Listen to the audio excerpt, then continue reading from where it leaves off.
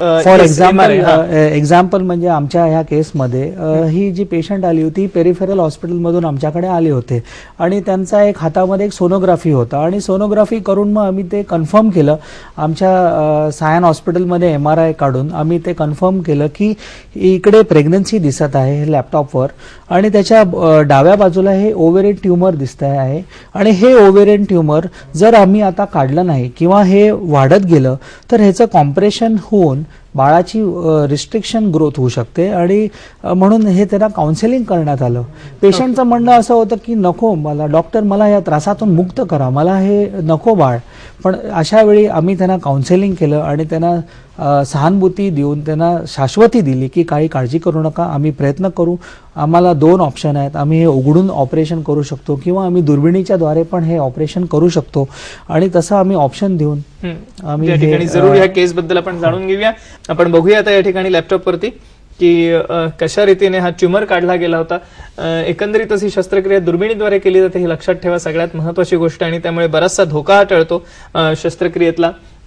त्याचप्रमाणे अॅनेस्थेसिया अशा व्यक्तींना कशा रीतीने एकंदरीत केली गेली होती काय सांगता येईल? या पेशंटला आम्ही अॅनेस्थेशिया जनरल अॅनेस्थेशिया दिला होता आणि त्याचप्रमाणे इकडे आपण बघू शकता.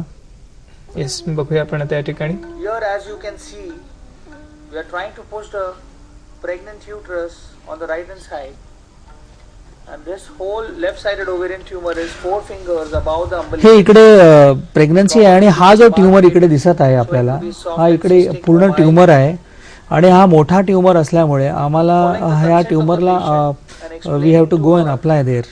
तर त्याचप्रमाणे we had to go and do open Hasson's technique. आपण हे सगळे इन्स्ट्रुमेंट दिसतात इकडे आपण हे छोटे छोटे सूक्ष्म इन्स्ट्रुमेंट आपण यूज करतो आणि याच्यामध्ये सबक्युटिक्युलरली आम्ही गेलो. ह्याला पाल्मर्स पॉइंट म्हणतात. हा 2 फिंगर कोस्टल मार्जिनच्या खाली असतो. ह्या पॉइंटनी आम्ही हा ट्यूमरला अप्रोच केलं होतं. इकडे आम्ही इन्सिजन घेतले होते. इकडे एक स्टॅब नाईफने इन्सिजन घेऊन त्याच्यानंतर आम्ही तिकडे ट्रोकार कॅन्युला घातले होते.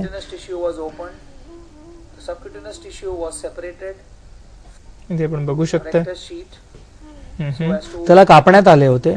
असं कापून मग आपण हे सर्जरी पुढे वाढवण्यात आली त्याचं छिद्र वाढवण्यात आलं आणि त्याचप्रमाणे मग दुर्बीण तिथे घालण्यात आली. आपण एक छोटस छिद्र करतोय आणि त्याच्यानंतर कॅव्हिटी एक्सपोज झालेली आहे थोडीशी आणि हा बघा हा तुम्हाला व्हाईट ट्यूमर दिसतोय. तर ह्याचं कारण म्हणजे आपण डायरेक्ट जर आपण ट्रोकार कॅन्युला जर घातला तर हा कुठेही हा ट्रोकार कॅन्युला जाऊ शकतो. ह्याला ब्लाइंड एंट्री आपण करू शकत नाही म्हणून ह्याच्याकरता आम्ही हे ओपन टेक्निक यूज केलं होतं आणि हे बघून मग नंतर ट्रोकार कॅन्युला आम्ही घातले गेले. हा आपण दिसतोय दुर्बिणीचा एक भाग आहे ह्याला ट्रोकार आणि कॅन्युला म्हणतो आपण आणि हे आपण फिक्स करतो इकडे. तसंच आपण स्किनला पण हे फिक्स करतो सुचर्स घेऊन.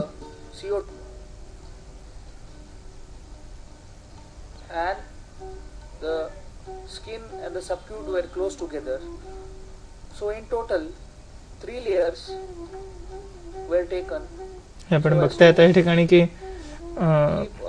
3 भागांमध्ये आता या ठिकाणी आपल्याला आतलं पोटातलं चित्र दिसतंय.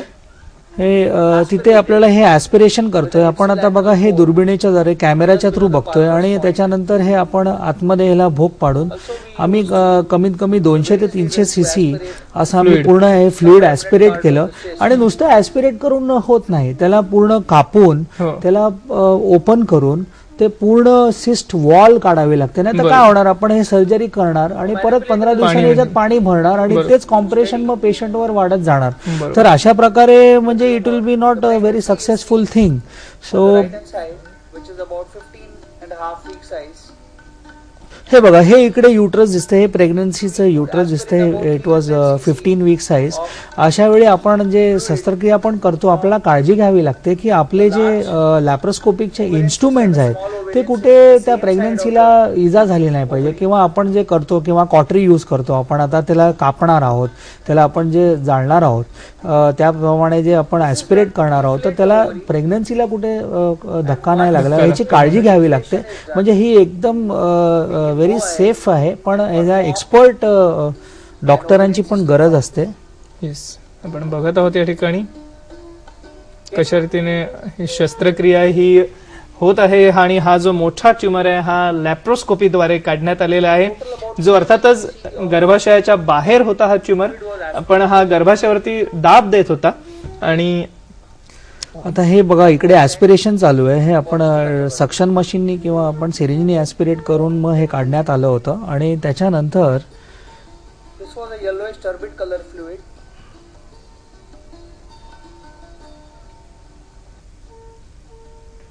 आपण इथे बघतोय आता की हे आणि हे बघा, हे पूर्ण फ्लुइड इकडे भरून आलेलं आहे. आणि हे त्याच्यानंतर हे बघा, एकदा फ्लुइड ॲस्पिरेट झाल्यानंतर आपण हे जे सिस्ट वॉल असतं, हे लाल कलरचं सिस्ट वॉल दिसतं, white is the ovarian tissue, तर ते सिस्ट वॉलला सेपरेट करावं लागतं. नुसतं ॲस्पिरेट करून आपल्याला चालत नाही, नाहीतर ते परत पाणी भरतं आणि त्याचे कॉम्प्रेशन्स होतात. तेच माझं पहिलं म्हणण्याचं was there.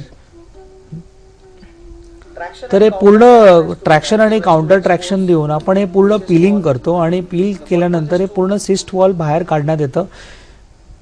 Denucleate the whole cyst from all the sides. तर हा जो मोठा फुगा असतो, गोळा असतो, आता तो एकदम लहान होतो. आणि लहान झाल्यानंतर आपल्याला ते पूर्ण सिस्ट वॉल वेगळं करावं लागतं. सिस्ट वॉल वेगळं केल्यानंतर आपण त्याला बाहेर काढू शकतो. ह्याच्यामध्ये ब्लिडिंग होतं. आणि हे ब्लिडिंग जर कंट्रोल करायचं असेल तर आपल्याला काही ठिकाणी आपल्याला कॉटरीज करावे लागते. तर आपण कॉटरी पण करतो. आणि नंतर मग हे पूर्ण सेपरेट झाल्यानंतर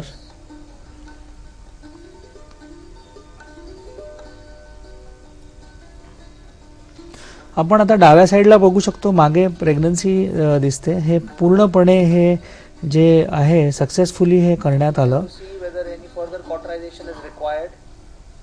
कॉटरायझेशनचा अर्थ म्हणजे जर ब्लीडर्स असतील बेसमधून ओव्हेरियन ट्युमरच्या, तर तिकडे कॉटरी आपल्याला करून ते जाळावं लागतं. म्हणजे पुढे ब्लिडिंग, नुसतं आपण सिस्ट वॉल काढणं आणि नंतर मग आतमध्ये ब्लिडिंग, रक्तस्राव होणं, तर पेशंटला च्या जीवाला पण धोका असू शकतो. तर हे सगळं आपल्याला काळजीपूर्वक बरोबर करावं लागते. आणि हे 1.5 तासामध्ये 1.5 ते 2 तासामध्ये सर्जरी होते. हे ओपन सर्जरी पण करू शकतो, दुर्बिणीच्या द्वारे पण करू शकतो.